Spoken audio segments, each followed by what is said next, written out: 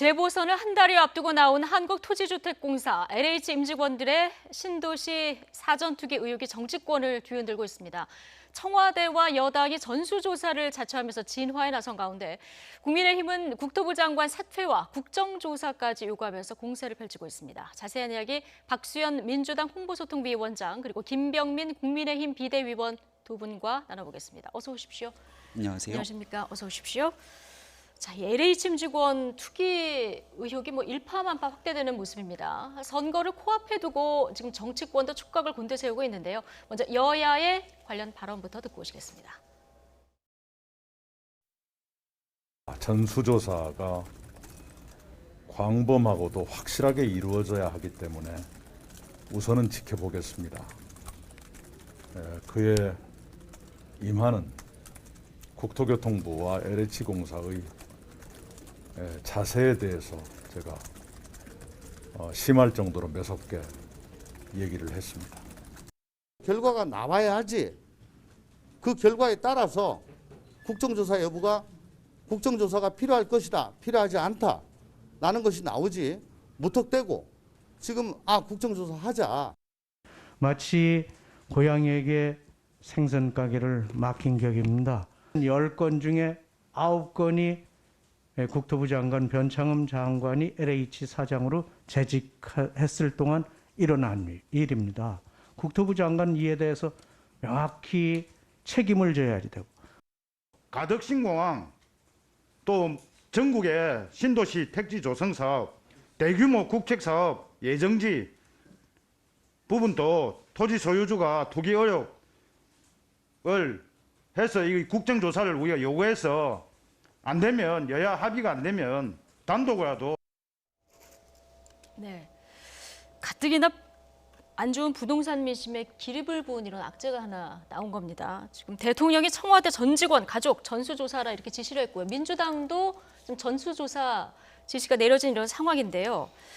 자, 이거 당 소속 국회의원, 보좌진, 지자체, 시의원 다 조사 대상입니까? 그렇습니다. 예, 어디서 조사 어떻게 합니까? 지금 이제 당에 이제 윤리심판원이 있기 때문에 그리고 이낙연 대표의 당 대표 공약으로 만들어졌던 그 윤리심판원이 일종의 이제 법원이고요. 네. 그 검찰 역할을 하는 이제 감독원이 또 생겼지 않습니까? 그래서 조사를 이제 하게 될 겁니다. 어쨌든 그 선거를 앞두고 있고 이런 것이 문제가 아니라 우리 국민의 고통, 이 부동산 문제, 주택 문제 얼마나 지금 심각합니까? 우리 청년들은 소위 영끌이라고 그래서 영혼까지 끌어서 주택을 마련하는 꿈이 있었는데 이제 오늘 신문에 보니까 영혼까지 털렸다라고 하는 영털이라고 하는 용어까지 등장을 하고 있어요. 영털. 그래서 선거에 관련된 문제가 아니라 이 국민의 고통을 더 심한 상처를 준 그러한 문제이기 때문에 이 문제는 정말 가혹할 정도로 조사하고 처리하고 고소고발까지 하고 해야 될 문제다 생각을 하고요. 지금 야당에서 이야기하는 국토부 장관의 교체, 그다음에 국정조사 당연한 요구라고 생각을 합니다. 다만 그런 것들이 어떤 순서대로 또 국민의 눈높이에 맞으면서도 차분하게 진행이 되어야 진상을 정확하게 조사해서 처리할 수 있고 또 재발 방지 대책을 마련할 수 있다 이런 생각을 하고 야당의 요구는 정치 공세가 아니라 지극히 당연한 요구라고 그렇게 생각합니다. 여당에서도 좀 엄중하게 상황을 보고 있다 이런 말씀 해주셨는데 국민의힘도 관련해서 당내 자체 조사 진행하십니까? 지금 현재 당내에서도 마찬가지고 이런 일들이 어디에서 어떻게 이루어졌는지 확인하는 건 매우 중요한 일일 겁니다. 하지만 지금 이 LH공사의 문제가 시작되게 된 것은 시민단체의 의혹 제기부터 시작이 됐고 사실 이러한 시민단체가 문제를 제기하지 않았더라면 문재인 정부 내에서 발생하고 있었던 이런 심각한 비위 문제가 과연 세상에 밝혀질 수 있겠는가 국민들의 분노가 상당할 겁니다. 제일 중요한 것은 과거에 1기 신도시를 만들 때도 마찬가지고 2기 신도시를 만들 때도 관련된 땅 투기 문제가 일어날 가능성이 높기 때문에 검찰의 특별수사본부를 만들어서 관련된 부패와의 전쟁, 투기와의 전쟁을 선포하고 나선 바가 있습니다. 3기 신도시를 조성하고 구성하는데 이런 일들이 조금이라도 발생하게 된다면 여기에 대한 일벌백계 차원에서의 정부의 엄정한 대처가 지금은 그 어느 때보다 중요하다고 생각되고요. 따라서 검찰의 특별수사본부 설치를 통해 이 부분을 아주 강력하게 엄단할 수 있어야 되고 예. 두 번째는 신도시 문제뿐만이 아니라 정부의 개발 정보를 바탕으로 누군가가 이를 투기에 악용했다면 이거는 용납할 수 없는 일이기 때문에 공적 영역에서 일어날 수 있는 비위 혐의들에 대한 국정조사가 반드시 필요합니다. 예. 그리고 조금 전에 변창흠 장관 얘기를 끄집어냈지만 변창흠 장관이 LH 사장으로 있었을 때 일어난 일이었고 예. 지금 국토부 장관으로 재직 중입니다. 얼마 전 얘기했던 이사 부동산 대책의 핵심은 공공이 나서서 공적 영역 아래 개발하겠다는 것인데 이 공공성에 대한 신뢰가 이미 바닥으로 무너진 상황 속에서 변창흠 장관의 경질이 지금 신속히 선행됐다만이 앞으로 부동산 문제 초기에 그나마 진화가 가능하다는 말씀 예. 함께 드립니다. 지금 변창흠 장관 뭐 경질 문제부터 감사원 감사 국정조사 네. 해야 된다 말씀을 해주셨는데요. 지금 합동조사단 조사가 진행이 되고 있고요. 네. 지금 수사도 경찰청 국가수사본부에서 총괄 지휘를 하도록 이제 돼 있습니다. 여당에서는 이걸 좀 지켜보고 하자 이런 입장인데요. 과거에 문제가 생길 때마다 일단은 진상조사부터 시작하자라고 하는 많은 일들 얘기들이 예. 있었습니다. 최종적으로 기소 여부를 결정하게 되는 건 검찰의 몫으로 돌아가게 되겠죠. 그리고 이 문제 속에서 초기에 나타나고 있는 내용들 누군가가 덮으려고 하거나 아니면 예. 권력의 핵심에 얼만큼 연결돼 있거나 하는 부분들까지 성역 없는 조사와 수사가 반드시 필요할 것입니다. 우리 과거 2016년도에 최순실 국정농단 사건이 처음 발생했을 때 당시에도 마찬가지로 처음 형사 8부에서 조금 수사하다가 안 되니까 특별수사본부를 설치하고 그래도 안 되니까 박영수 특검으로 넘어가게 됩니다. 이 부분은 어쩔 수 없이 많은 국민들이 지켜보는 가운데 문제가 생긴다면 최종적인 검찰의 기소까지 이어질 수밖에 없는 상황이 있거든요. 예. 조금씩 지켜보면서 시간을 끌겠다는 형질로 갈 것이 아니라 지금 당장 특별수사본부를 검찰에 설치한 다음 빠른 시간 내에 네. 어느 누구도 정권의 영향력을 행사할 수 있는 지위고하에 관계없이 이 부분에 대한 진실을 밝히기 위한 노력들은 여야가 함께 협력해서 지금 당장 시행할 때만이 부동산 문제에 대한 기본적인 신뢰를 찾을 수 있다고 생각합니다. 속도가 매우 중요해서 할 수 있는 모든 특별수사본부까지 설치하면서 해야 된다는 입장이신데요. 합동조사단이 다음 주에 아마 1차 조사 결과를 발표할 예정인 것 같습니다. 이걸 지켜보고 나서 지금 야당이 요구하는 국정조사라든가 뭐 감사원 감사라든가 뭐 특별수사본부 검찰에 설치하는 이런 문제까지도 다 종합적으로 검토할 예정이십니까? 당연히 그렇습니다. 예. 뭐 저희가 야당일 때도 지금 야당이 주장하는 저런 어떤 로드맵을 늘 주장해오던 것이고요. 그것이 아마 정답일 겁니다. 예. 다만 1차 자체 조사 결과를 보면 사실 이것만이 아니라 더 나올 가능성, 개연성이 충분히 있는 것 아니겠습니까? 그렇다면 자연스럽게 지금 야당이 주장하는 특별수사본부의 설치, 그다음에 국정조사 뭐 이런 모든 것들이 순차적으로 아마 진행이 되리라 그렇게 예상을 하고 있습니다. 네. 어제 변창흠 장관이 국회에 왔는데요. 온 김에 야당에서는 상임위를 열자 했는데 여당에서는 열지 않았습니다. 국회 차원의 상임위 어제 안 연 이유는 어디에 있습니까? 예, 늘 보면 이제 국회가 먼저 이런 문제를 뭐 다루기 시작하면 사실 진상 규명을 하는데 굉장히 서로 정치적 공방이나 이런 것들이 흐를 가능성이 있기 때문에 늘 그렇습니다. 순서가. 그래서 예. 뭐 국회 당연히 열어야죠. 그래서 다음 주에 바로 이 결과가 나오면 바로 국회도 열고 그렇게 차분하게 하는 예. 것이 오히려 이 국민의 분노를 가라앉히면서 진상을 규명하고 제대로 이 문제를 풀어가는 아마 순서가 될 겁니다. 여당이 어떤 것을 감추려고 한다거나 방어하기 위해서 이 국회를 열고 안 열고 그런 생각을 결정을 한다고 하는 것은 좀 맞지 않는 말씀이고요. 그런 건 아니고 이제 순서대로 하는 과정이었다 말씀해 주셨는데 또 하나 그 논란이 어제 변창흠 장관이 국토교통부 장관이 국회에 오지 않았습니까? 근데 와서 여당 대표의 질책만 받고 이렇게 간 상황에 대해서 그 국토교통부 장관을 부르려고 하면은 국회가 부르는 것이 절차상 맞지 않느냐. 그래서 지금 정의당에서는 집권 여당 대표가 상전이 아니다 이런 비판까지 나왔거든요. 예, 뭐 이런 논란 어떻게 그런 보십니까? 비판을 할 수 있죠. 그러나 네. 지금은 집권 여당은 어떤 것에 대해서 많은 책임을 가지고 있는 것입니다. 이런 문제가 터졌을 때 정치적으로 국민들로부터 호된 질책을 받는 건 집권 여당의 목 아니겠습니까? 예. 그런 집권당의 대표가 이런 문제에 대해서 특히나 이 국민적 분노가 큰 이런 사건에 대해서 그 정도도 안 하고 있다면 안 하는 것이 오히려 문제인 것이죠. 그러나 뭐 정의당이나 다른 당의 비판은 국회는 열지 않으면서 여당 대표에게 혼나러 온 예. 장관 이런 절차를 이제 문제를 삼으시는 건데 말씀드린 대로 이것도 절차이고 국회를 다음 주에 여는 것도 절차입니다. 예. 예. 여당에서는 전체적으로 조금 이렇게 절차를 지켜가면서 천천히 원래 순서대로 좀 하자 이런 입장입니다. 조금 이 문제가 굉장히 복잡하지 않습니까? 조사 대상도 굉장히 많고요. 이게 사실 업무상 비밀 활용을 어떻게 입증할 것인가 쉽지도 않은 문제예요. 그러니까 조금 차분히 접근할 필요성도 있어 보이는데. 네, 분명히 절차도 지키고 예. 여기에 대해서 처음 흥분해서 문제를 크게 키웠다가 나중에 시간이 지나고 나서 용두사미 성격으로 끝나서는 절대 안 될 겁니다. 근데 중요한 건 국민들이 굉장히 분노하고 있는 건 이런 사건이 터지고 났을 때 LH 등 해당 당사자들의 반응입니다. 상황을 보고 나니까 지금 부동산 일타 강사 등 LH 내에서 나왔던 여러 가지 문제들이 나오게 되는데 예. 아니 이게 뭐가 문제지 하는 식에 대한 반응들까지 쏟아져 나오고 있으니까 국민들 보시기에는 공직기강이 도대체 어디서부터 무너진 것인가 이런 내용들을 지켜볼 수밖에 없습니다. 네. 때마침 공교롭게 과거 청와대 대변인으로 재직하면서 이 본인이 상가에 영끌 투자를 했다는 이유로 굉장히 큰 논란을 빚었던 김의겸 전 대변인이 국회로 돌아오게 됩니다. 당시에도 이런 문제가 터졌을 때 정권에서 집권 여당에서 강력한 문제제기를 했었던 적이 있었는가 고민을 좀 해볼 필요가 있는 것이고요. 예. 문재인 정부에서 부동산 문제 때문에 가진 집 패고 다 팔라고 얘기를 했는데 조현옥 전 인사수석 같은 경우가 직을 그만두고 나와서 독일 대사로 가기 전에 부동산을 2채를 더 샀다는 얘기들까지 보도가 나오고 있습니다.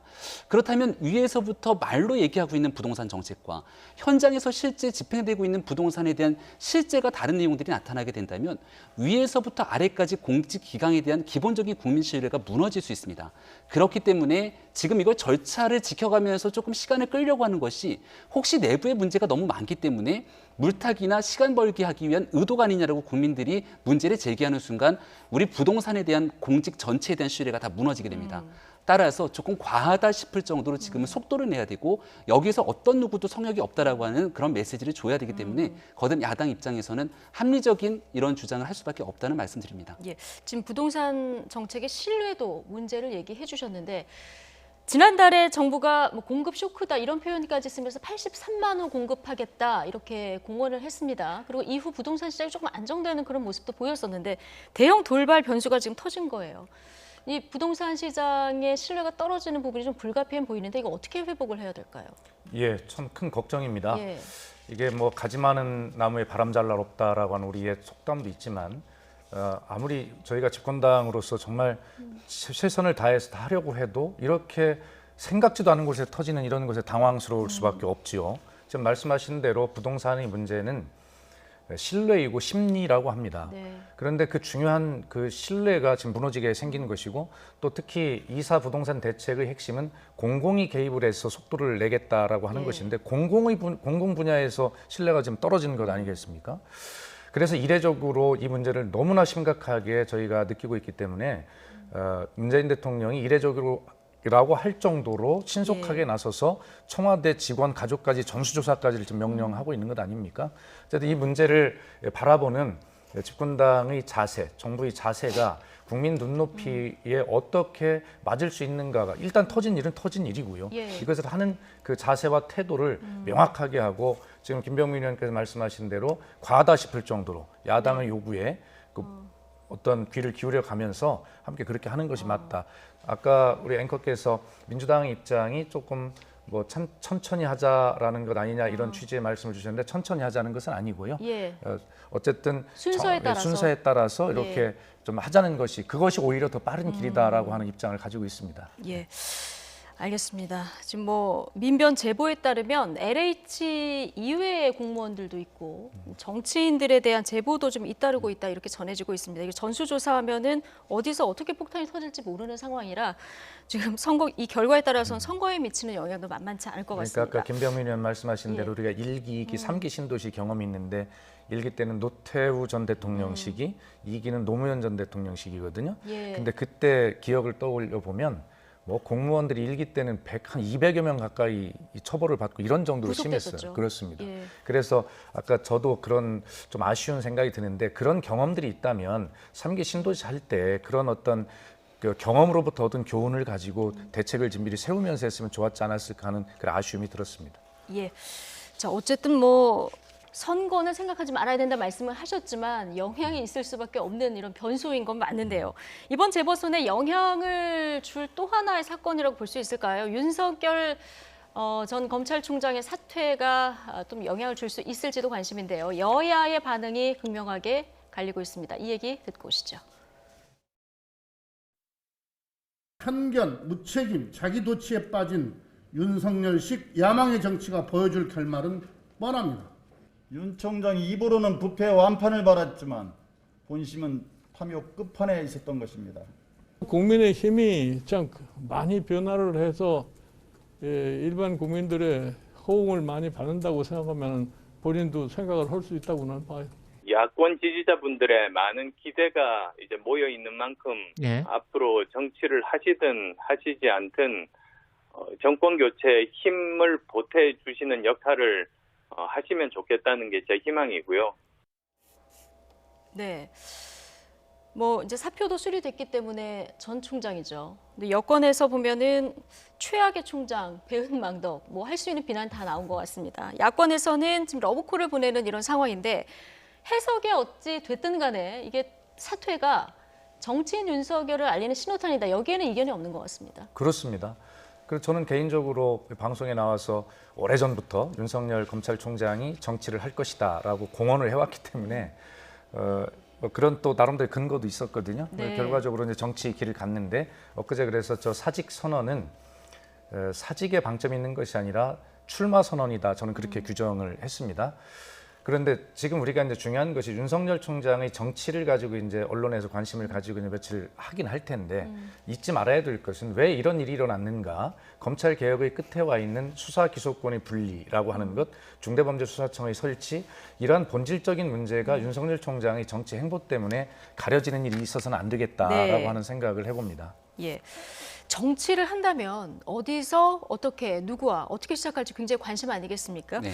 그런 측면에서 지난번 마지막에 이제 대구 고검 지검을 방문하지 않았습니까? 이게 하나의 메시지다 이런 분석도 나오는데 이 분석에 대해서는 어떻게 보십니까? 윤 총장 입장에서는 대구를 당초에 이제 방문할 예정이었지만 그게 실패됐기 때문에 갈 수 있는 본인 임기 내에 꼭 가야 하는 곳이었다고 설명을 하고 있습니다. 그럼에도 여전히 대구를 방문했기 때문에 정치적인 해석은 충분히 가능할 것이라고 보고요.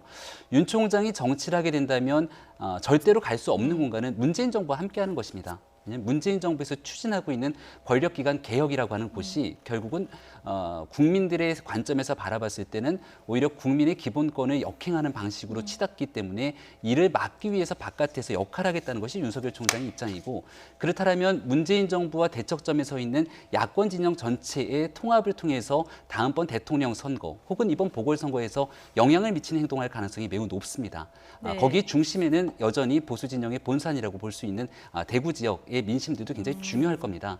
하지만 윤석열 총장 입장에서 가장 마음의 상처가 될 수도 있었던 부분 중에 하나는 두 전직 대통령 구속에 결정적인 영향력을 행사했다는 점인데, 윤 총장이 대구를 방문했을 때 보였던 지역의 민심들을 보게 된다면 과거에 있었던 얘기보다는 오히려 미래를 바라보면서 윤 총장을 바라보는 보수 진영 전체의 모습들이 보이기 때문에 그러한 힘들과 동력을 바탕으로 문재인 정부의 지금 현재 달리고 있는 여러 가지 행동들의 브레이크를 거는 정치적 역할들을 더 해나가지 않을까 이런 생각이 듭니다. 예.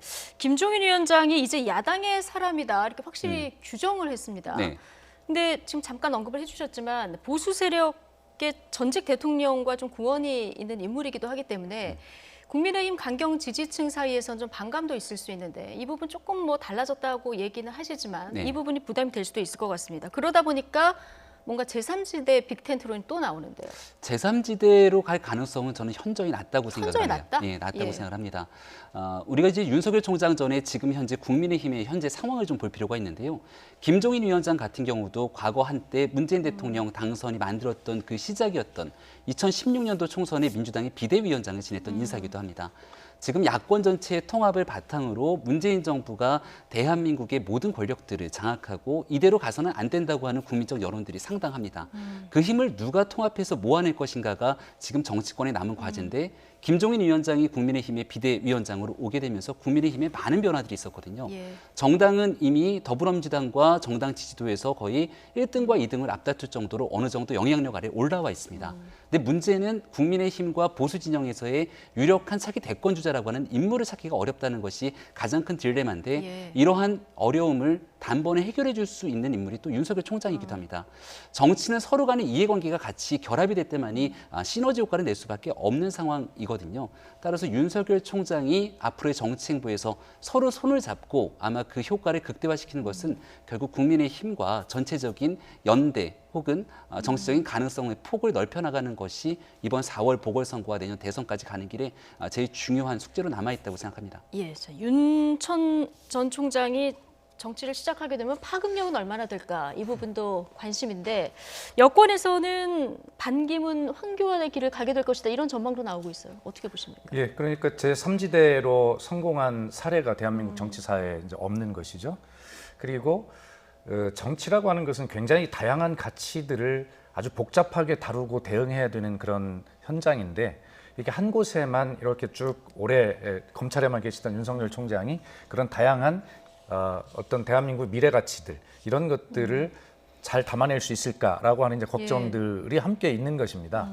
지금 김병민 비대위원님 말씀을 들어보더라도 야권에서는 윤석열 총장이 문재인 정부를 향해서 민주주의 후퇴, 헌법 파괴, 법치주의 말살 이러한 극한 용어들을 쓰면서 결별을 선언하고 막 나왔기 때문에 마치 야권의 꿀단지가 온 것처럼 이게 생각이 되지만 꿀에는 반드시 벌이 따르게 돼 있습니다. 그래서 지금 윤석열 총장이 꿀단지처럼 보일지 모르지만 본인이 예를 들어서 수사 기소권이 분리에 관한 말을 180도 바꾸었다든가 그다음에 뭐 국회와 국민의 이 입법 이런 것들을 폄훼하지 않겠다, 저항하지 않겠다라고 인사청문회에서 했던 그런 말들을 완전히 뒤집고 본인의 정치 길을 가는 것을 보면 바로 이러한 것들이 바로 국민들이 알아보시게 될 순간이 바로 온다. 그러면 이것은 별의 시간이 아니라 바로 꿀단지에 함께 따라오는 벌의 시간이 될지도 모릅니다.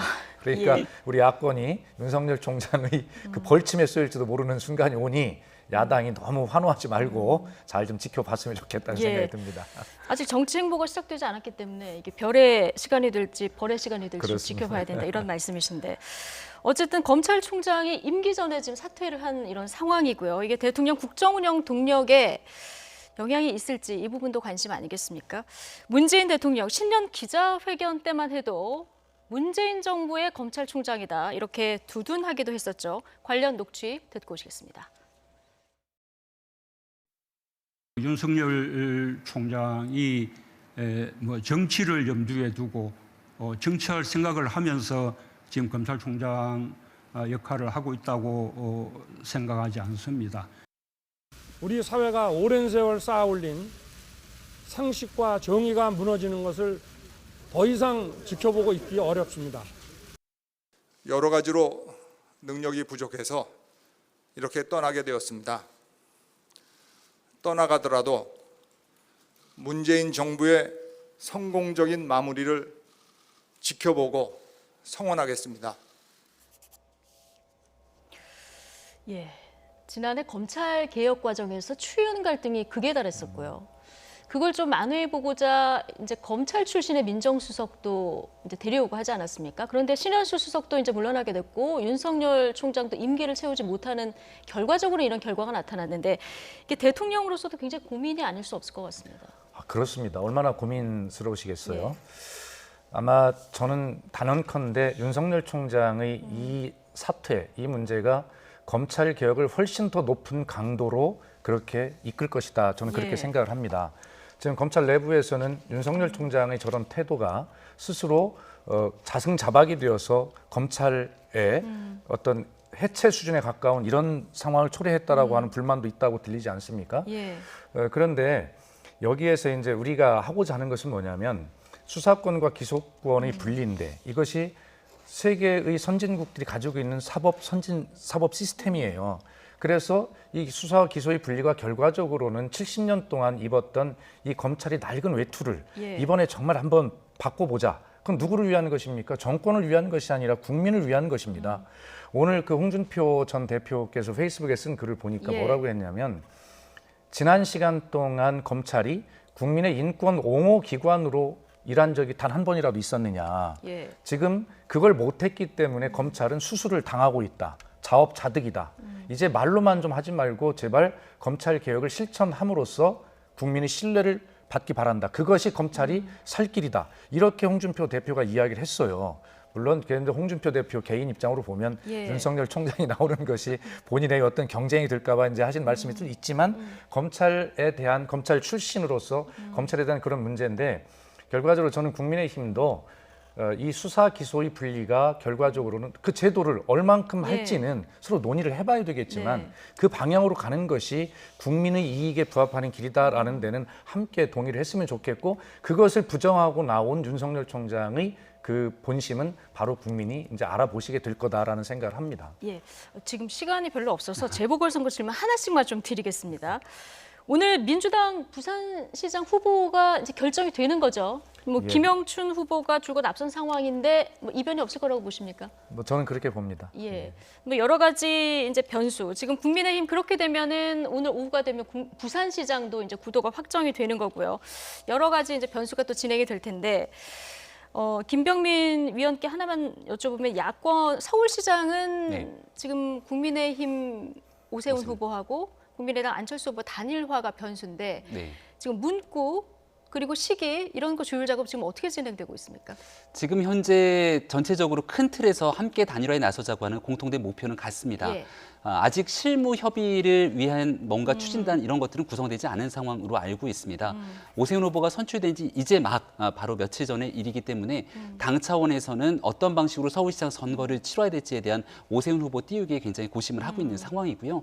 아주 자연스럽게 국민이 원하는 관심과 방식에 맞춰서 안철수 대표와 단일화는 충분하게 이루어질 수 있을 겁니다. 네. 하지만 지금 국민의힘에서 세간의 예측과는 다르게 오세훈 후보가 최종적인 후보로 선출이 됐고 오세훈 후보는 당에서는 굉장히 나경원 당시 후보에 비해서는 조금 약세와 열세에 있었던 게 사실입니다.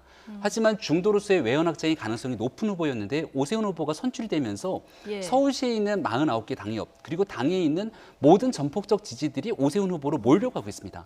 오세훈 후보의 약점인 오른쪽 진영이 든든하게 뭉치고 있고 오세훈 후보가 강점을 가지고 있었던 중간 진영의 외연 확장의 경쟁력까지 탑재가 되고 있기 때문에 지금 안철수 후보와의 단일화 과정에서 굉장히 유리한 고지들을 사실 국민의힘이 점점 올라가고 있거든요. 과거에 있었던 여러 다양한 후보들의 여론조사 결과와는 달리 안철수 대 오세훈, 오세훈 대 안철수 이 두 후보의 정당을 놓고 치르게 되는 여론조사의 향후 결과들을 보게 되면 앞으로 서울시장 단일화의 조건들은 굉장히 많이 바뀌게 될 것이고 이를 위해서 국민의힘은 최대한의 노력을 할 거라 아마 국민들 보시기에 누구 하나 흐트러짐 없이 손을 잡고 서울시장 보궐선거 치르는 그날 지켜보게 될 거라고 생각합니다. 오세훈 후보가 국민의힘 후보로 확정이 돼 있기 때문에 안철수 후보 단일화 과정도 이거 지켜봐야 된다 이런 입장이신데요. 알겠습니다. 오세훈 후보로 단일화가 될지 안철수 후보로 단일화가 될지 안철수 후보로 단일화가 되면 기호를 몇 번으로 달지 관심사항이 뭐 한두 가지가 아닌데요. 다음 시간 또 기회가 있으면 또 다뤄보도록 하겠습니다. 오늘 박수현 민주당 홍보소통위원장 그리고 김병민 국민의힘 비대위원 두 분과 얘기는 여기까지 나눠보겠습니다. 고맙습니다.